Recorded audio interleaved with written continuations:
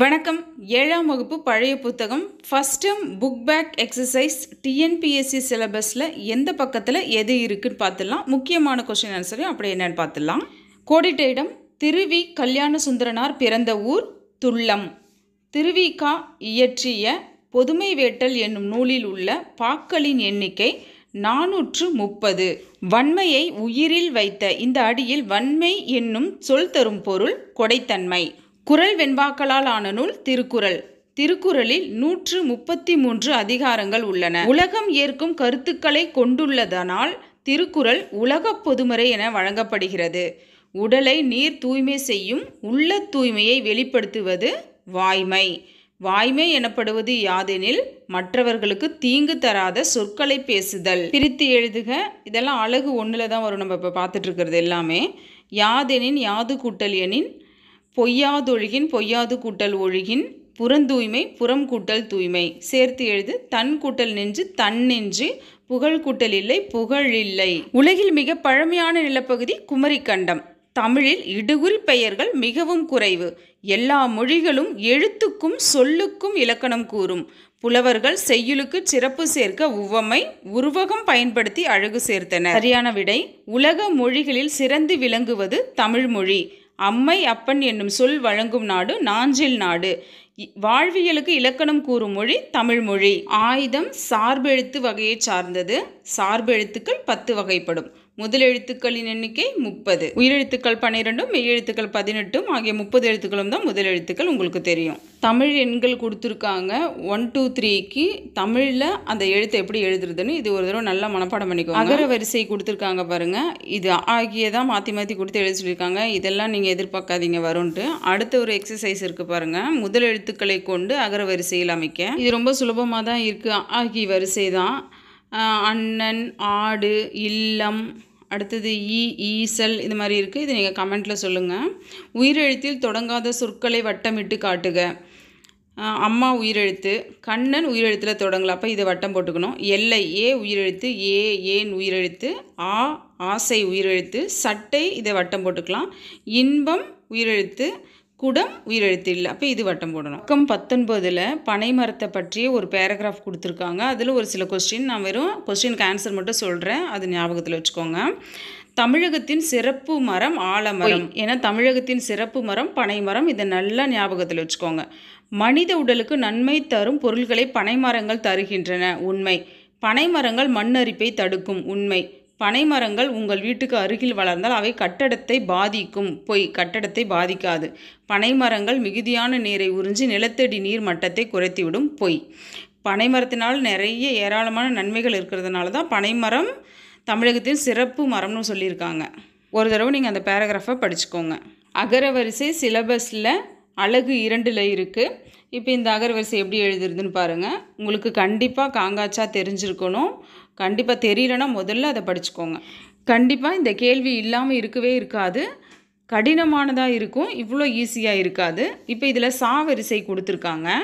சட்டம், சார்பு, சிறுகதை, சீர், சுக்கு, சூடாமணி, செவ்வாழை, சேமை, சொல்லாட்சி, சோளம். அழகு 3ல் மரபு தமிழில் வந்துடும். நம்ம சிலபஸ் டிஎன்பிஎஸ்சிக்கு பேச்சு வழக்குக்கு எழுத்து வழக்கு கேட்டிருக்காங்க. தலகாணி, தலையணை, வேர்வை, வியர்வை, ஊடு, வீடு, வெலை, விலை, தண்ணி, தண்ணீர், விளக்கு, விளக்கு. 18 கீழ்கணக்கு நூல்கள் கேட்டிருக்காங்க. நாலடியார், நான்மணிக்கடிகை, இன்னா 40, கார் 40, இனியவை 40, களவழி 40, சிறுபஞ்ச மூலம், ஏலாதி, திரிகடுகம், திருக்குறள், ஐந்திணை 50, ஐந்திணை 70, திணைமொழி 50, ஆச்சாரக்கோவை, பழமொழி 400, கைநிலை, திணைமாலை 150, முதுமொழி காஞ்சி. இதில் ஏதாவது ஒன்று கொடுத்து இது 18 கீழ்கணக்கா இல்லை 18 மேற்கணக்கான்னு கேட்டாங்கன்னா கன்ஃபியூஷன் ஆகாமல் இருக்கிற மாதிரி பார்த்துக்கோங்க. சும்மா இது ஒரு தடவை மட்டும் படிச்சுக்கோங்க. இதுக்கப்புறம்லாம் இதை படிக்க தேவையில்லை. சொல்லின் முன்னுள்ள ஈரெழுத்து மயக்கம் தரும், பின் ஈரெழுத்து பெருமை தரும், இரண்டும் சேர்ந்தால் ஊராகும் மதுரை.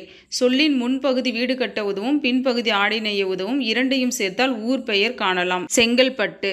சொல்லின் முதல் பகுதி மேன்மை தரும், 2ஆம் பகுதி உணவை தரும், 3ஆம் பகுதி காவலை தரும், மூன்றும் சேர்ந்தால் ஊராகும் திருநெல்வேலி. சொல்லின் முதல் பகுதி மாட்டின் பெயராகும், 2ஆம் பகுதி வினாச்சொல்லாகும், 3ஆம் பகுதி இறைவனின் வீடாகும், மூன்றும் சேர்ந்தால் காளையார் கோவில். சொல்லின் முதல் பகுதி இறைவனின் இருப்பிடமாகும், இரண்டாம் பகுதி ஆடுகளின் இருப்பிடமாகும், இரண்டும் சேர்ந்தால் ஊராகும். கோவில்பட்டி. சொல்லின் முதல் பகுதி மேன்மை, இரண்டாம் பகுதி மலர், மூன்றாம் பகுதி வீட்டின் நுழைவிடம். திருமுல்லைவாயில். சொல்லின் முதல் பகுதி வெண்ணெயை உருக்கினால் கிடைப்பது, இரண்டாம் பகுதி காவலை தருவது, இரண்டும் சேர்ந்தால் சுரங்கம் இருக்கும் ஊராகும். நெய்வேலி. சும்மா ஒரு தடவை பார்த்துக்கோங்க, இந்தியாவுடைய மாநிலங்களில் எங்கெங்கே என்னென்ன பேசுகிறாங்கன்னு சொல்லிட்டு. விடுகதை கேட்டிருக்காங்க. பொழுது சாய்ந்தால் பூந்தோட்டம், விடிந்து பார்த்தால் வெறுந்தோட்டம், கால் இல்லாத பந்தல், காண காண வியப்பு, ஊருக்கெல்லாம் ஒரே கூரை, மழை வந்தால் ஒழுகும் கூரை, ஊருக்கெல்லாம் ஒரே போர்வை, எல்லையில்லா கடலிலே எங்கு பார்த்தும் படகு இல்லை. இது எல்லாத்துக்குமே ஒரே பதில் வானம். யாரும் சுருட்ட முடியாத பட்டு துணியில் எங்கு பார்த்தாலும் நீல நிறம், இதுக்கும் வானம்தான். அடுத்து வர்றதுக்கு எல்லாமே நிலா. அழகான பெண்ணுக்கு அதிசயமான வியாதி, பாதி நாள் குறைவாள் பாதி நாள் வளர்வாள், ஓர் அகப்பை மாவாலே ஊரெல்லாம் கல்யாணம், இளமையில் கொம்புண்டு வளர்ந்ததும் கொம்பில்லை, ஒரு கோப்பை பசும்பால் ஊரெல்லாம் பருகிடுமாம், ஒரே ஒரு வெள்ளை விளக்கு ஊருக்கெல்லாம் வெளிச்சம் தரும். இது எல்லாமே நிலா. பண் இசை. அகம்னா உள்ளம். பிரித்து எழுதுக. யாதொன்றும் யாது கூட்டல் ஒன்றும், பயக்கும் கூட்டல் எனின் பயக்கும் எனின். கோடிட்டேடம். உலகின் மிக பழமையான நிலப்பகுதி குமரிக்கண்டம். தனித்து இயங்கும் எழுத்துக்கள் முதல் எழுத்து. திருவிக நவசக்தி இதழின் ஆசிரியராக இருந்தார். ஆற்றூர் பேச்சு வழக்கில் ஆத்தூர் என மருவியுள்ளது. புறநானூறு 8 தொகை நூல்களுள் ஒன்று. நெல்லும் உயிரன்றே என்னும் பாடலை பாடியவர் மோசிகீரனார். சரியான விடை மோசிகீரனார் உடல் சோர்வினால் முரசு கட்டிலில் உறங்கிய போது கவரி வீசிய மன்னன் சேரமான், பெருஞ்சேரல், இரும்பொறை. இது முக்கியமான கொஸ்டின் தான், ஞாபகம் வச்சுக்கோங்க. முதுமொழி காஞ்சி என்பது காஞ்சி திணையின் துறைகளுள் ஒன்று. முதுமொழி காஞ்சியின் ஆசிரியர் மதுரை கூடலூர் கிழார்.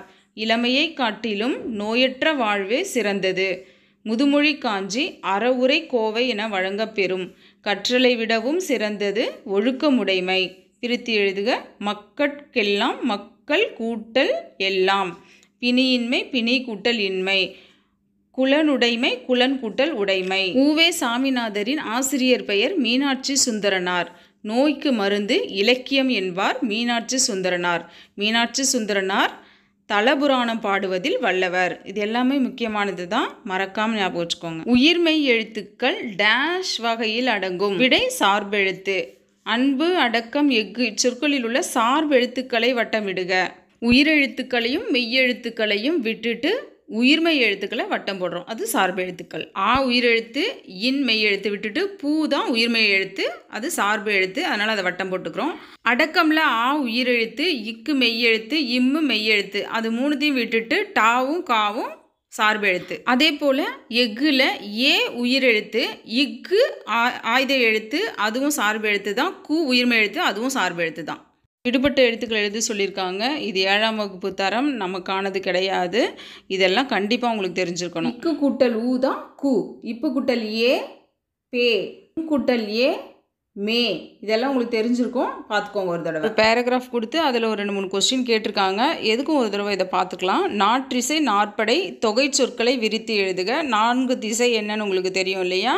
கிழக்கு, மேற்கு, வடக்கு, தெற்கு. நாற்படை தேர்ப்படை, யானைப்படை, குதிரைப்படை, காலாட்படை. ஓகே, அடுத்து சேர்ந்திருக்கும் பெயர் சொல். நாற்றிசையும் நாற்படைகளும். அடுத்து படைத்தலைவர்களும் அரசனும் வீரரும் ஆடலும் பாடலும். இதில் இந்த சேர்ந்திருக்கு இந்த பெயர் சொல்ல. 4 திசை அது ஒரு பெயர் சொல், 4 படை அது ஒரு பெயர் சொல், படைத்தலைவர் பெயர் சொல், அரசன் பெயர் சொல், வீரர் பெயர் சொல், ஆடல் பாடல் பெயர் சொல். இது கூட சேர்ந்திருக்கு, அவ்வளோதான். இதுதான் சேர்ந்திருக்கும் பெயர் சொற்களை எடுத்து எழுதுகன்னா இவ்வளோதான். என்ன கேள்வின்னு தெளிவாக புரிஞ்சுக்கிட்டிங்கன்னா போதும். அகர ஈற்று சொற்கள் 5 எழுதுக. காண, பார்க்க, ஓட, பாட, தேட, படிக்க. இப்போ கடைசியில் காண ஆ அப்படின்னு வருது பார்த்தீங்களா? பார்க்க கடைசியில் ஆ வருது, அதுதான் அகர ஈற்று சொற்கள். பிரித்து எழுதுக. கூடி கூட்டல் சென்றான், கூடி சென்றான் இச்சு வரும். பதுங்கி கூட்டல் கொண்டான், பதுங்கி கொண்டான் இக்கு வருது. சொல்லி கூட்டல் பார்த்தான், சொல்லி பார்த்தான் இப்பு. புலம்பி கூட்டல் தீர்த்தான், புலம்பி தீர்த்தான் இத்து. அள்ளி கூட்டல் கொடுத்தான், அள்ளி கொடுத்தான் இக். விடுபட்ட தமிழ் எண்கள் எழுத சொல்லியிருக்காங்க. இது ஒரு தடவை நல்லா பார்த்துக்கோங்க. தமிழ் எண்கள் கரெக்டாக நல்லா தெரிஞ்சு வச்சுக்கோங்க.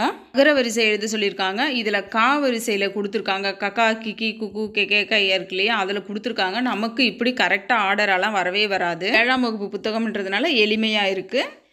கடமை, காட்சி, கிண்ணம், கீற்று, குடம், கூட்டம், கெஞ்சு, கேளிர், கைக்குட்டை, கொக்கு, கோடை கௌசிகன். இந்த பத்தியில் இருக்கிற கேள்வி பதில். காவிரியின் தென்கரையில் அமைந்துள்ள நகரம் திருச்சிராப்பள்ளி.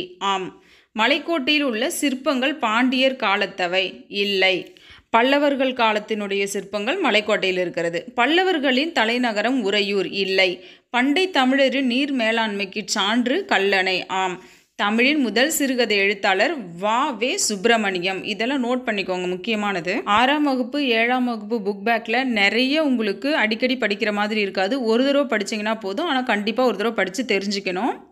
தூய்மையாக இருந்தால் நோய் நொடி வாரா. குழந்தைகள் கள்ளம் கபடம் அறியாதவர்கள். மக்கள் காடுமேடு திருத்தி உழவு செய்தனர். நன்மை செய்தவர்களை ஊர் உலகம் போற்றும். கண்ணுக்கு எட்டிய தூரம் பயிர் பச்சை நிறைந்துள்ளன.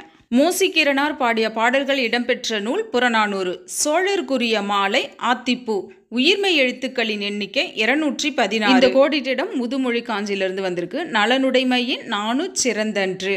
கற்றலின் கற்றாரை வழிபடுதல் சிறந்தன்று. முன் பெருகலின் பின் சிறுகாமை சிறந்தன்று. முதுமொழி காஞ்சியில் ஒரு 10 பாயிண்ட் இருக்குது, அதை நல்லா படித்து வச்சுக்கோங்க. சரியா தவறா? பகைவரை தண்டிப்பதனை விட அவருக்கு நன்மை செய்தலே சிறந்தது. சரி. மீனாட்சி சுந்தரனாரின் மாணவர் வ.உ.சி. சரி. நலங்கிள்ளியின் தலைநகரம் உறையூர். சரி. ஆயுதம் சொல்லின் இடையிலும் இறுதியிலும் மட்டுமே வரும். தவறு. தவறுனா சொல்லின் இடையில தான் ஆயுத எழுத்து வரும், இறுதியில் வராது. அதனால் இது தவறு. எப்பவுமே சரியா தவறா, சரியான விடை எல்லாத்தையுமே ரீசெக் பண்ணணும். இது தவறான பதில்னா சரியான பதில் என்ன, அப்படி தான் நீங்கள் டிஎன்பிஎஸ்சிக்கு படிக்கணும். உயர் கல்வி பெற ராமானுஜம் லண்டன் சென்றார். சென்னை துறைமுகம் சார்பில் குடிநீர் கப்பலுக்கு சீனிவாச ராமானுஜம் என பெயரிடப்பட்டது. ராமானுஜம் கணித அறிவியல் நிறுவனம் நிறுவப்பட்டுள்ள இடம் சென்னை. ராமானுஜம் திண்ணைப்பள்ளியில் படித்த ஊர் காஞ்சிபுரம். ராமானுஜம் ஆசிரியரிடம் சுழியம் மதிப்புடையது என வாதிட்டார். முக்கியமானது. ராமானுஜம் துறைமுகத்தில் எழுத்தர் பணிபுரிந்தார். ஏன் மற்ற இடத்துகளை விட்டுட்டு துறைமுகத்துக்கு அந்த பேர் வச்சுருக்காங்கன்னா, ராமானுஜர் அங்கே வேலை பார்த்துருக்காரு எழுத்தரா, அதனால் அங்கே அந்த பேர் வச்சுருக்காங்க. கனெக்ட் பண்ணி படிங்க. முருகன் மாமலையை பார்த்தான். இந்த முற்று சொற்றொடரில் உள்ள சொற்களை வகைப்படுத்தி காட்டுக. இப்போ முருகன் அப்படின்றது பெயர் சொல். மாமலையில் மான்றது உரிச்சொல். மலையை இடைச்சொல். பார்த்தான் அப்படின்றது வினைச்சொல்.